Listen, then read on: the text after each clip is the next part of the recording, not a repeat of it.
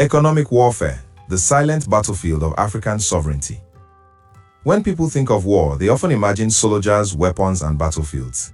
Yet, in the modern world, some of the most powerful wars are fought without guns. These are economic wars, conflicts waged through sanctions, financial systems, trade policies, currency controls, and debt mechanisms. For many African nations, economic warfare has been one of the most effective tools used to maintain control long after colonial rule officially ended. Unlike conventional warfare, economic warfare is often presented as a neutral or technical process. It is framed as international regulation, financial discipline, or responsible governance. But in reality, it can function as a powerful instrument of political pressure. Nations that follow the established global order are rewarded with loans, trade access, and diplomatic support. Those that challenge that order can suddenly face sanctions, financial isolation, or capital flight. For Africa, this reality has shaped decades of development struggles.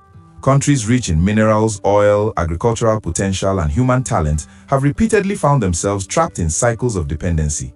Their policies are often influenced not only by their own governments, but by international financial institutions, external creditors, and global markets dominated by wealthier nations. Understanding this system is essential to understanding why the actions of leaders like Ibrahim Traoré of Burkina Faso, Assimi Goïta of Mali, and Abdurrahman Chiani of Niger have generated such strong reactions globally. Their policies challenge not just political arrangements, but the economic structures that have defined Africa's position in the global economy. Sanctions, political pressure through economic isolation. Sanctions are often described as tools used to defend democracy or punish violations of international law. In some cases, they serve legitimate purposes. However, sanctions have also been used selectively as instruments of geopolitical pressure. When applied unevenly across the world, they raise questions about fairness and consistency. African nations that challenge existing power structures can suddenly face restrictions that affect trade, banking systems, development funding, and diplomatic cooperation. These measures rarely target only governments. They often impact ordinary citizens by disrupting economies, raising prices, and limiting access to international financial systems. The experiences of Mali, Burkina Faso, and Niger demonstrate how sanctions can quickly become part of the response when governments take actions that contradict external expectations. Regional and international pressures can be applied to force political reversals, delay reforms, or weaken leaders who refuse to conform. Yet, sanctions can sometimes produce unintended consequences. Rather than forcing submission, they can strengthen national unity by reinforcing the perception that a country is defending its sovereignty. Citizens may become more willing to endure hardship if they believe their nation is resisting external domination. This dynamic has been visible across the Sahel region, where public support for leaders asserting independence has grown in response to perceived external pressure. The debt trap, a modern form of control. Another powerful instrument shaping African economic realities is sovereign debt. Borrowing is a normal part of global economic management. Countries across the world rely on loans to build infrastructure, expand industries, and manage economic fluctuations.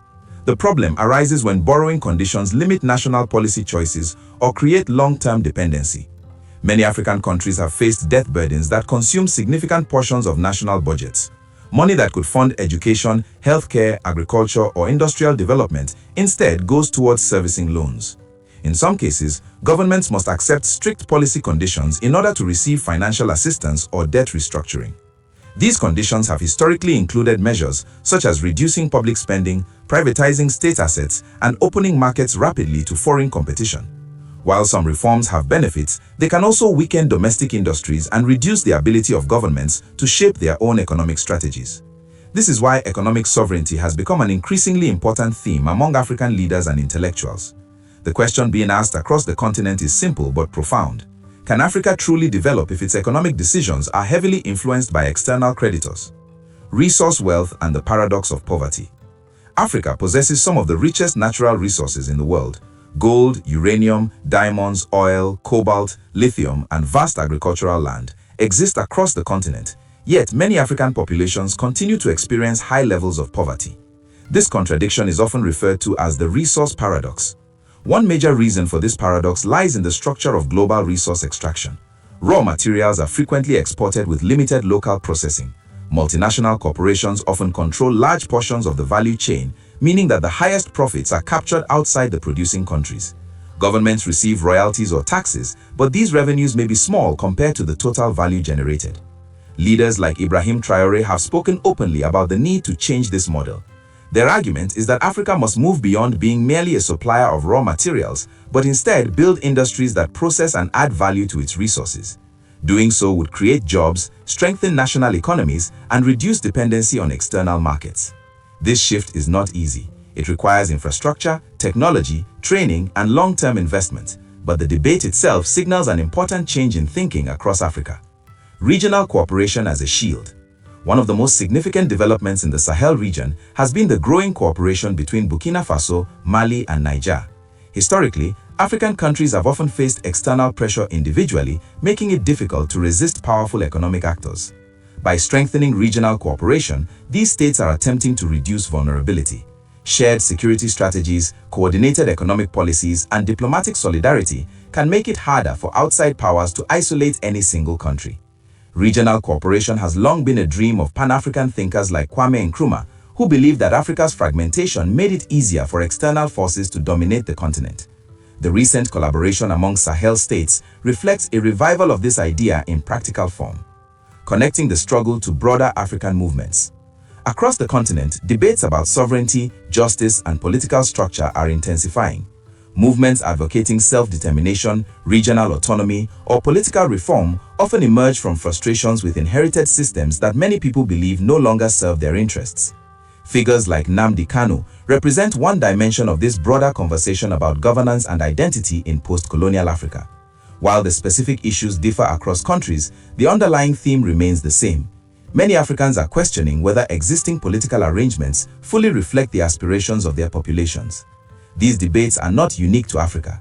Throughout history, societies around the world have periodically re-examined political structures in search of fairness, stability, and representation. Africa's current discussions are part of that universal process of political evolution. The future of Africa's economic independence. The path towards economic independence will not be simple or immediate. Africa faces real challenges, including infrastructure gaps, political instability, security threats, and global economic competition. At the same time, Africa also possesses immense strengths: a young population, vast resources, expanding technological access, and growing regional integration. What is changing today is the willingness of some leaders and movements to openly question long-standing economic relationships. Instead of accepting dependency as inevitable, they are exploring alternative partnerships, new financial arrangements, and stronger regional cooperation. The actions of Ibrahim Traoré, Assimi Goïta, and Abdurrahman Chiani have therefore become symbolic of a wider shift in thinking across Africa. Whether one agrees with every policy or not, their emphasis on sovereignty and dignity has sparked conversations across Africa about what true independence should mean. Similarly, debates around political self-determination in places like Nigeria highlight the unfinished nature of Africa's post-colonial journey. Independence from colonial rule was the first chapter. The deeper challenge is building political and economic systems that genuinely reflect the will and welfare of the people. A new chapter in Africa's story. Africa's history has often been written by external powers, international institutions, and distant observers. But a new generation of Africans, leaders, activists, scholars, and citizens, is increasingly determined to write that history themselves. Economic warfare, sanctions, and debt pressures will likely remain part of the global landscape. Yet, awareness of these mechanisms is growing. As more Africans understand how these systems operate, they are better positioned to debate, negotiate, and reform them. The story of Africa in the 21st century is therefore not only about struggle, it is also about awakening, reflection, and the search for a path that balances sovereignty, cooperation, and development. The question is no longer whether Africa will change. The question is how boldly it will choose to shape its own future. Don't forget to like, follow, and share widely for more insightful content like this one. Stay tuned.